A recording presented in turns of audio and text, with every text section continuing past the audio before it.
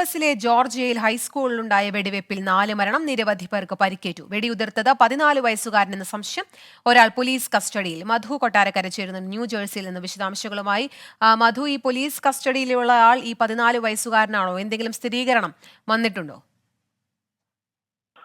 Keerthana, police കസ്റ്റഡിയിലുള്ള ആൾ 14 വയസ്സുകാരനാണെന്നാണ് ഇപ്പോൾ നമുക്ക് ലഭിക്കുന്ന ഒരു വാർത്ത. പക്ഷേ ഇത് സംബന്ധിച്ചുള്ള പോലീസിന്റെ ഭാഗത്തു നിന്നുള്ള ഒരു സ്ഥിരീകരണം ലഭിച്ചിട്ടില്ല. അതുപോലെ തന്നെ എന്താണ് ഈ 14 വയസ്സുകാരനെ പ്രകോപിപ്പിച്ചതെന്നുള്ളത് സംബന്ധിച്ചുള്ള വിവരങ്ങൾ സ്കൂളോ അല്ലെങ്കിൽ പോലീസോ പുറത്തുവിട്ടിട്ടില്ല.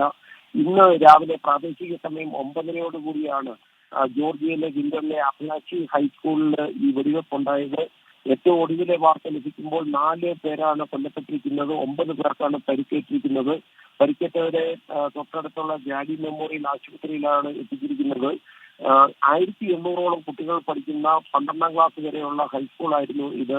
ഈ വെടിവെപ്പുമായി ബന്ധപ്പെട്ടുള്ള വിവരങ്ങൾ ജോ ബൈഡനെ ധരിപ്പിച്ചിട്ടുണ്ടെന്ന് വൈറ്റ് ഹൗസ് പറഞ്ഞു. ജോ ബൈഡന്റെ പ്രതികരണം വന്നിട്ടുണ്ട്. ഗൺ വയലൻസിനെതിരെ ശക്തമായ ഭാഷയിലാണ് ജോ ബൈഡൻ പ്രതികരിച്ചിരിക്കുന്നത്.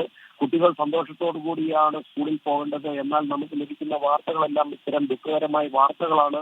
അതുകൊണ്ട് തന്നെ ഗൺ വയലൻസിനെതിരെ കോൺഗ്രസ് ശക്തമായി ഇടപെടണമെന്നാണ് ബൈഡൻ പറഞ്ഞിരിക്കുന്നത്.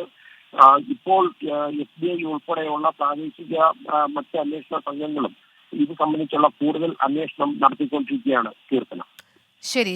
യുഎസിലെ ജോർജിയയിലെ ഹൈസ്കൂളിലാണ് വെടിവെപ്പുണ്ടായത്. 4 മരണം സ്ഥിരീകരിച്ചിട്ടുണ്ട്, നിരവധി പേർക്ക് പരിക്കേറ്റിട്ടുമുണ്ട്. വെടിയുതിർത്തത് 14 വയസ്സുകാരനാണെന്നാണ് സംശയം. ഇപ്പോൾ ഒരാൾ പോലീസ് കസ്റ്റഡിയിലായിട്ടുണ്ട്. മധു കൊട്ടാരക്കരയാണ് വാർത്തയുടെ വിശദാംശങ്ങൾ നൽകിയത്.